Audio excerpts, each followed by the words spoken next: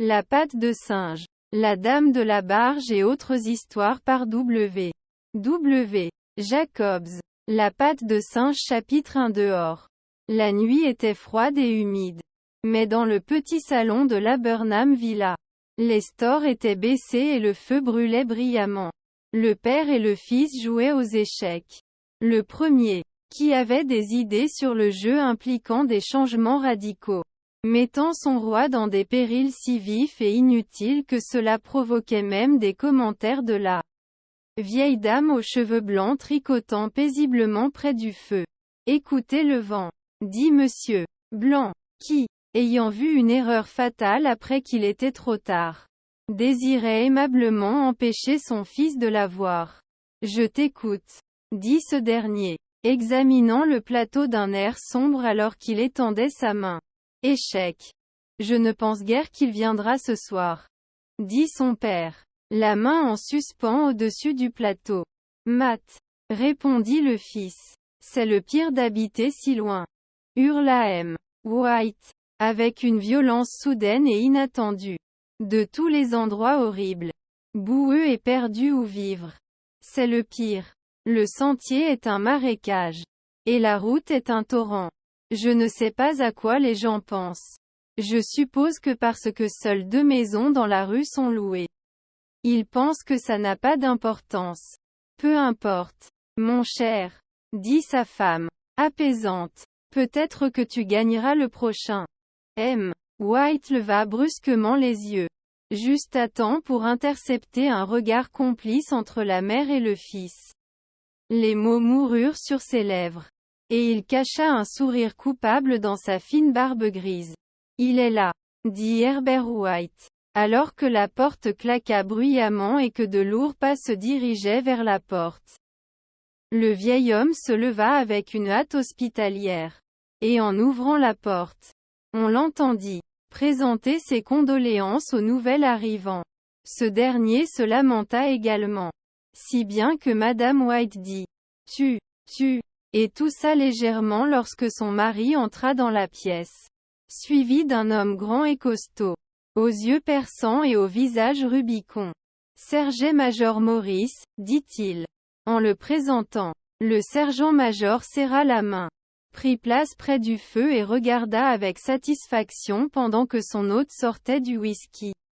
Des verres et mettait une petite bouilloire en cuivre sur le feu. Au 3e verre, ses yeux se sont illuminés. Et il a commencé à parler. Le petit cercle familial regardant avec un intérêt ardent ce visiteur venu de contrées lointaines. Alors qu'il redressait ses larges épaules dans le fauteuil et parlait de scènes sauvages et d'actes vaillants, de guerre et de fléaux et de peuples étranges. 21 ans de cela, dit M. White, faisant un signe de tête à sa femme et à son fils. Quand il est parti, c'était un jeune homme dans l'entrepôt. Regardez-le maintenant. Il ne semble pas avoir beaucoup souffert, dit poliment Madame White. J'aimerais aller en Inde moi-même, dit le vieil homme, juste pour jeter un coup d'œil. Tu sais, mieux vaut rester où vous êtes, dit le sergent-major en secouant la tête. Il posa le verre vide, et en soupirant doucement, le secoua à nouveau. J'aimerais voir ces vieux temples. Fakir et jongleur, dit le vieil homme. Que commençais-tu à me raconter l'autre jour à propos d'une patte de singe ou quelque chose comme ça, Maurice? Rien, dit le soldat, précipitamment. Enfin, rien qui vaille la peine d'être entendu. Patte de singe? Dit Madame Blanc, curieusement. Eh bien, c'est juste un peu de ce que vous pourriez appeler de la magie. Peut-être, dit le sergent-major. Négligemment. Ces 3 auditeurs se penchèrent en avant avec impatience. Le visiteur mit distraitement son verre vide à ses lèvres. Puis le reposa. Son hôte le remplit à nouveau pour lui. En apparence, dit le sergent-major, fouillant dans sa poche. C'est juste une petite pâte ordinaire, desséchée jusqu'à devenir une momie. Il sortit quelque chose de sa poche et le lui tendit. Madame White fit un pas en arrière avec une grimace. Mais son fils, le prenant, l'examina curieusement. Et qu'y a-t-il de spécial à ce sujet? S'enquit White en le prenant de son fils. Et l'ayant examiné, le plaça sur la table. Il y a eu un sort jeté dessus par un vieux fakir, dit le sergent-major. Un homme très saint. Il voulait montrer que le destin régit la vie des gens. Et que ceux qui interfèrent avec lui le font à leurs dépens. Il a jeté un sort dessus de telle sorte que 3 hommes différents pourraient chacun avoir 3 vœux à partir de cela. Son attitude était si impressionnante que ses auditeurs étaient conscients que leur léger rire détonnait quelque peu. Eh bien, pourquoi n'en auriez-vous pas 3? Monsieur, dit Herbert White, avec finesse. Le soldat le regarda de la manière dont la maturité regarde généralement la jeunesse présomptueuse. Je les ai, dit-il, calmement, et son visage tacheté blêmi. Et avez-vous vraiment eu les 3 vœux exaucés? Demanda Madame White. Je les ai eus, dit le sergent-major. Et son verre tintait contre ses dents solides. Et est-ce que quelqu'un d'autre a fait un vœu? Insista la vieille dame. Le premier homme avait ses 3 vœux. Oui, fut la réponse. Je ne sais pas quels étaient les 2 premiers. Mais le 3e était pour la mort. C'est ainsi que j'ai obtenu la pâte. Son ton était si grave qu'un silence tomba sur le groupe. Si tu as eu tes 3 vœux, cela ne te servira à rien maintenant. Alors, Maurice, dit enfin le vieil homme. Pourquoi le gardes-tu? Guillemets double. Le soldat secoua la tête. Par caprice. Je suppose, dit-il lentement. J'avais bien l'intention de le vendre. Mais je ne pense pas le faire. Il a déjà causé assez de malheur. De plus, les gens n'achèteront pas. Ils pensent que c'est un conte de fées. Certains d'entre eux, et ceux qui y croient veulent l'essayer d'abord et me payer ensuite. Si vous pouviez avoir 3 autres vœux, dit le vieil homme en le fixant attentivement.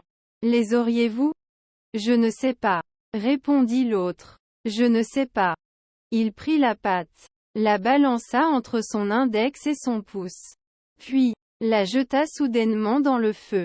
White, avec un léger cri, se pencha et l'attrapa. Il vaut mieux le laisser brûler, dit le soldat, solennellement. Si vous ne le voulez pas, Maurice, dit l'autre, donnez-le-moi. Je ne le ferai pas, déclara son ami, obstinément. Je l'ai jeté dans le feu. Si vous le gardez, ne me blâmez pas pour ce qui arrivera. Guillemets double. Jetez-le à nouveau dans le feu comme un homme sensé. L'autre secoua la tête et examina ça. Nouvelle acquisition de près. Comment tu fais? Demanda-t-il. Tenez-le dans votre main droite et souhaitez à voix haute, dit le sergent-major. Mais je vous préviens des conséquences. Ça ressemble aux 1001 nuits, dit Madame White en se levant pour commencer à préparer le dîner. Ne pensez-vous pas que vous pourriez souhaiter 4 paires de mains pour moi? Son mari sortit le talisman de sa poche et alors tous les 3 éclatèrent de rire alors que le sergent-major, avec une expression d'alarme sur le visage, l'attrapa par le bras. Si tu dois faire un vœu, dit-il d'un ton bourru, fais un vœu sensé. White le remit dans sa poche et, en plaçant des chaises, fit signe à son ami de s'asseoir à la table. Dans le feu de l'action du souper, le talisman fut en partie oublié. Et ensuite les 3 hommes restèrent assis, captivés, à écouter un second récit des aventures du soldat en Inde. Si le récit sur la patte de singe n'est pas plus véridique que ceux qu'il nous a racontés, dit Herbert, alors que la porte se refermait derrière leur invité. Juste à temps pour qu'il attrape le dernier train. Nous n'en tirerons pas grand-chose. As-tu donné quelque chose en échange, père? Demanda Madame White en regardant son mari attentivement. Une broutille, dit-il en rougissant légèrement. Il n'en voulait pas, mais je l'ai obligé à le prendre. Et il m'a encore pressé de le jeter. Probablement, dit Herbert, avec horreur feinte. Pourquoi? Nous allons devenir riches, célèbres et heureux. Souhaitez être empereur, père. Pour commencer, alors tu ne pourras pas être sous la domination de ta femme. Il s'élança autour de la table, poursuivi par la calomniée Madame White armée d'un couvre-lit. M. White se leva et ouvrit la porte.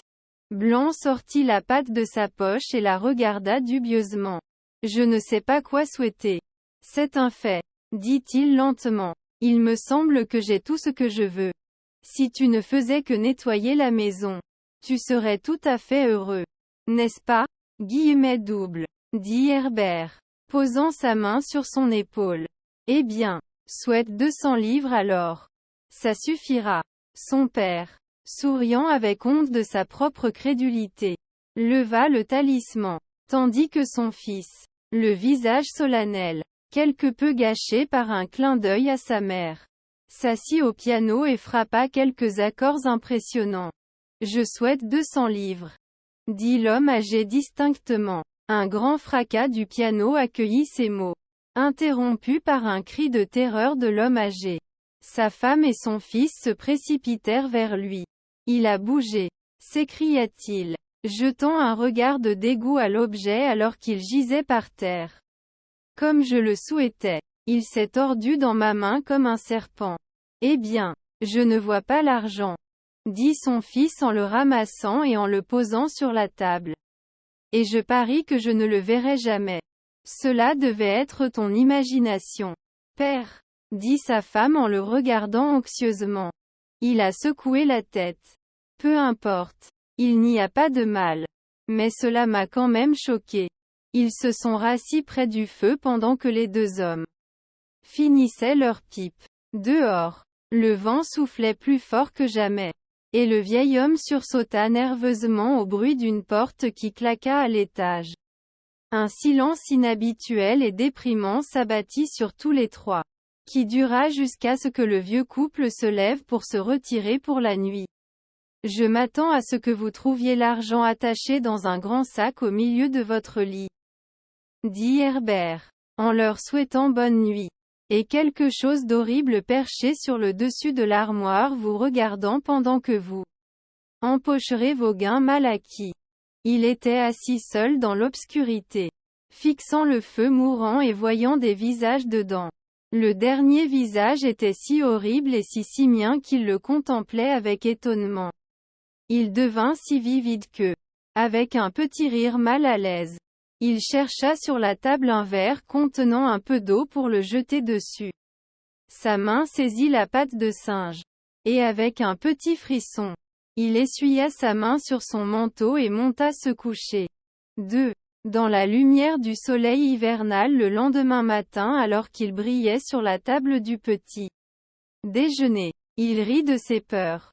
Il y avait dans la pièce une atmosphère de bien-être prosaïque qui lui avait fait défaut la nuit précédente. Et la petite patte sale et ratatinée était posée sur le bahut avec une insouciance qui ne témoignait d'aucune grande croyance en ses vertus. Je suppose que tous les vieux soldats sont pareils, dit Madame White. L'idée que nous écoutions de telles absurdités. Comment des vœux pourraient-ils être exaucés de nos jours? Et si c'était le cas, comment 200 livres pourraient-elles vous faire du mal? Père? Pourrait lui tomber sur la tête du ciel, dit Herbert frivole. Maurice a dit que les choses se sont passées de manière si naturelle, dit son père, que vous pourriez, si vous le souhaitez, l'attribuer à la coïncidence. Eh bien, ne touchez pas à l'argent avant que je revienne, dit Herbert en se levant de la table. J'ai peur que cela ne vous transforme en un homme méchant et avare. Et nous devrons vous renier. Sa mère rit, et le suivant jusqu'à la porte, le regarda s'éloigner dans la rue, et revenant à la table du petit déjeuner, était très heureuse aux dépens de la crédulité de son mari. Tout cela ne l'a pas empêché de se précipiter vers la porte au coup de sonnette du facteur, ni de faire référence quelque peu brusquement aux anciens sergents-majors à la retraite ayant des habitudes alcooliques lorsqu'elle a découvert que le courrier apportait une facture de tailleur. Herbert fera sûrement d'autres remarques amusantes. Je m'attends, quand il rentrera à la maison, dit-elle. alors qu'ils étaient assis à table. Je suppose, dit M. White en se servant de la bière. Mais malgré tout, la chose bougeait dans ma main. J'en suis sûr. Tu pensais que si, dit la vieille dame apaisante. Je dis que si, répliqua l'autre. Il n'y avait pas de pensée à ce sujet. Je venais juste de. Qu'est-ce qu'il y a? Guillemets double. Sa femme ne répondit pas. Elle observait les mouvements mystérieux d'un homme dehors, qui, regardant d'un air indécis la maison, semblait essayer de se décider à entrer en connexion mentale avec les 200 livres. Elle remarqua que l'étranger était bien habillé et portait un chapeau de soie d'une brillance toute neuve. 3 fois il s'arrêta à la grille, puis repartit. La 4e fois, il se tint la main posée dessus. Puis, avec une résolution soudaine, l'ouvrit et remonta l'allée. Madame White, au même moment, plaça ses mains derrière elle, et, dénouant précipitamment les cordons de son tablier, glissa ce vêtement utile sous le coussin de sa chaise. Elle amena l'étranger, qui semblait mal à l'aise, dans la pièce. Il la regarda furtivement, et écouta d'une manière préoccupée pendant que la vieille dame s'excusait de l'apparence de la pièce et du manteau de son mari, un vêtement qu'il réservait habituellement pour le jardin. Elle attendit alors aussi patiemment que son sexe le lui permettait, qu'il aborde son affaire. Mais il resta d'abord étrangement silencieux. On m'a demandé de passer, dit-il enfin, et se pencha pour ramasser un morceau de coton sur son pantalon. Je viens de Mao & Meggins. La vieille dame a commencé. Quelque chose ne va pas? Demanda-t-elle, haletante. Quelque chose est-il arrivé à Herbert? Qu'est-ce?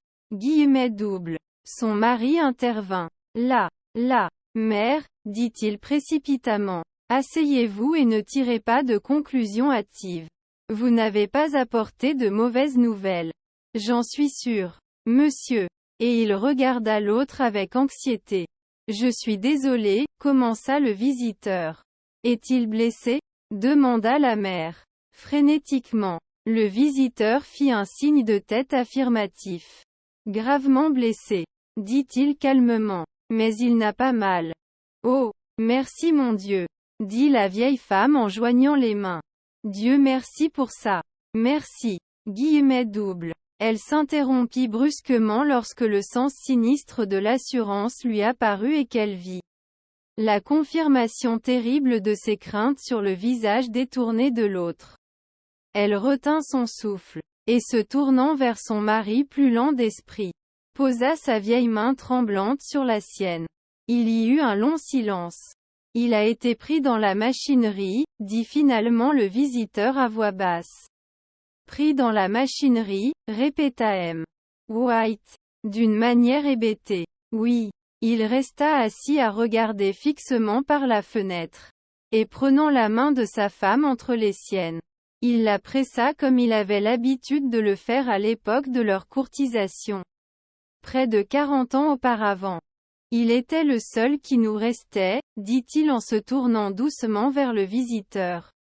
C'est dur. L'autre toussa, se leva et se dirigea lentement vers la fenêtre. La société m'a chargé de vous transmettre ses sincères condoléances pour votre grande perte, dit-il sans se retourner. Je vous prie de comprendre que je ne suis que leur serviteur et que je me contente d'obéir aux ordres. Il n'y avait pas de réponse. Le visage de la vieille femme était blanc, ses yeux fixes, et sa respiration inaudible. Sur le visage du mari se lisait une expression telle que son ami le sergent aurait pu avoir lors de sa première action. Je devais dire que Mao & Meggins rejette toute responsabilité. Continua l'autre. Il n'admet aucune responsabilité, mais en considération des services de votre fils, il souhaite vous présenter une certaine somme à titre de compensation. M. White lâcha la main de sa femme, se leva et fixa avec horreur son visiteur. Ses lèvres sèches ont formé les mots. Combien? Guillemets double. 200 livres, fut la réponse. Inconscient du cri de sa femme. Le vieil homme sourit faiblement, tendit les mains, comme un aveugle, et s'effondra, un tas sans vie, sur le sol. 3. Dans le vaste nouveau cimetière. À environ 2 miles de là, les vieux enterraient leurs morts, et retournaient vers une maison baignée d'ombre et de silence. Tout s'était déroulé si rapidement qu'au début, ils pouvaient à peine réaliser, et restaient dans un état d'attente. Comme si quelque chose d'autre devait se produire. Quelque chose qui devait alléger ce fardeau, trop lourd pour des cœurs vieux à porter. Mais les jours passaient, et l'attente laissait place à la résignation désespérée de la vieillesse. Parfois appelée à tort apathie. Parfois, ils échangeaient à peine un mot, car ils n'avaient plus rien à se dire. Et leur journée semblait interminable. Environ une semaine plus tard, le vieil homme, se réveillant soudainement en pleine nuit, tendit la main et se rendit compte qu'il était seul. La pièce était plongée dans l'obscurité, et il entendit des sanglots étouffés venant de la fenêtre. Il se redressa dans son lit et écouta. « Reviens, dit-il tendrement. Tu auras froid. » « Il fait plus froid pour mon fils, dit la vieille femme en pleurant de nouveau.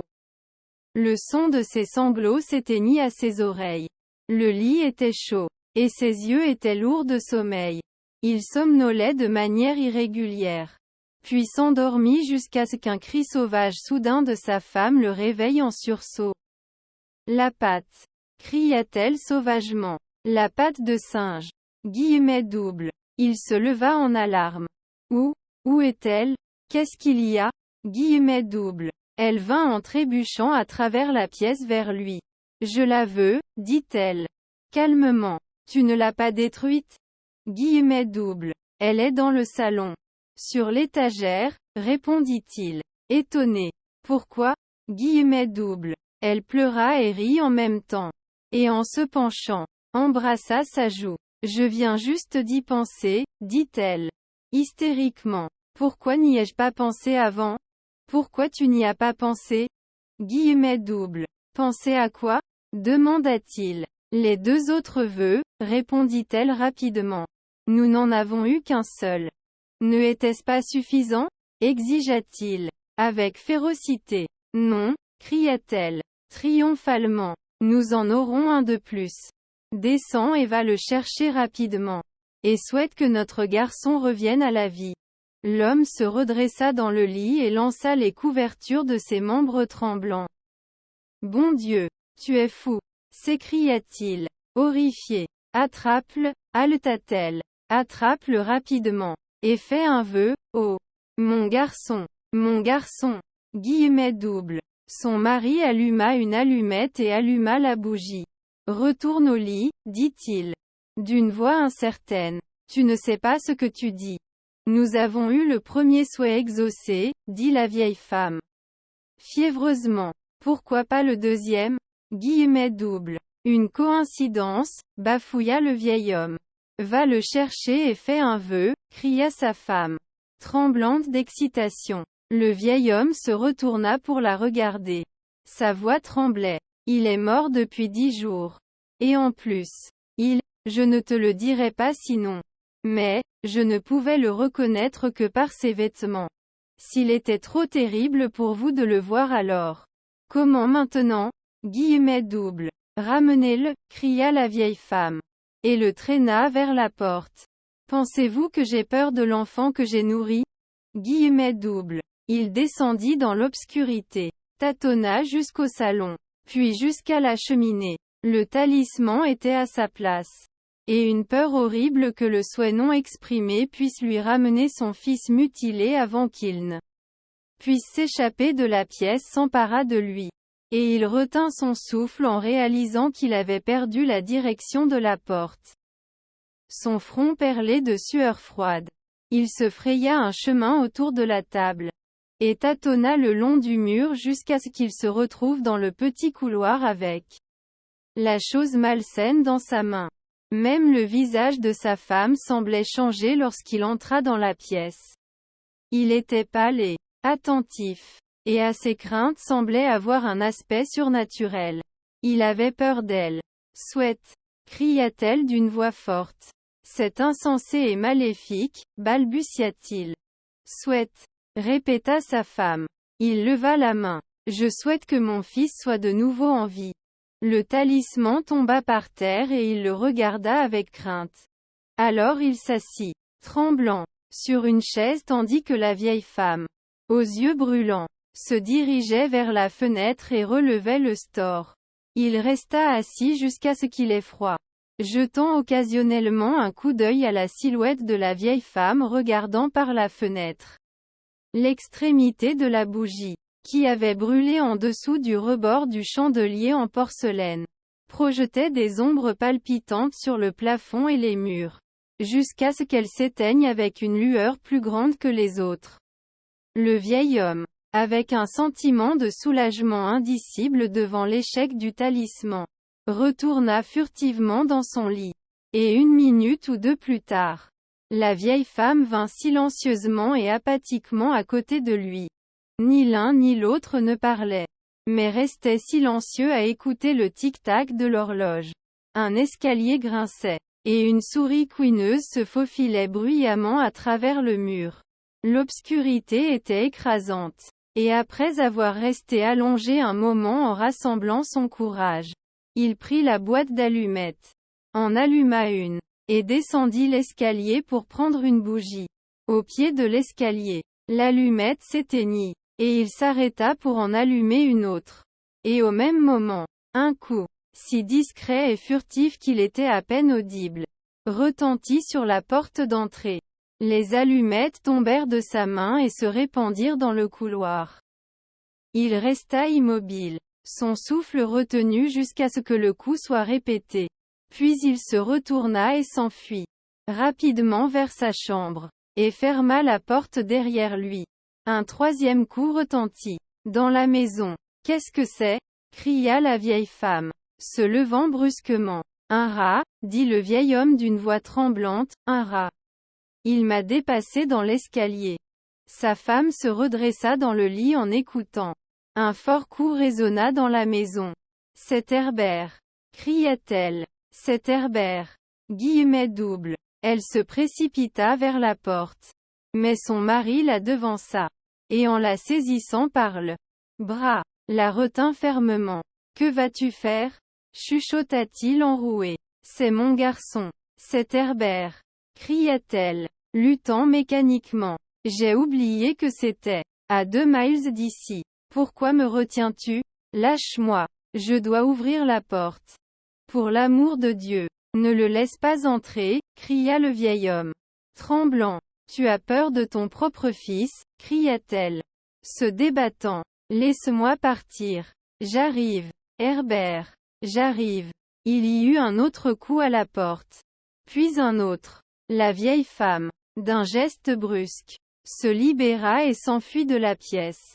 Son mari la suivit jusqu'au palier, l'appelant avec insistance alors qu'elle descendait précipitamment les escaliers. Il entendit la chaîne cliqueter en arrière et le bas de la serrure se retirer lentement et difficilement de la douille. Puis la voix de la vieille femme, tendue et haletante. La serrure, cria-t-elle, fort, descend. Je ne peux pas l'atteindre. Mais son mari était à 4 pattes, cherchant frénétiquement sur le sol la patte.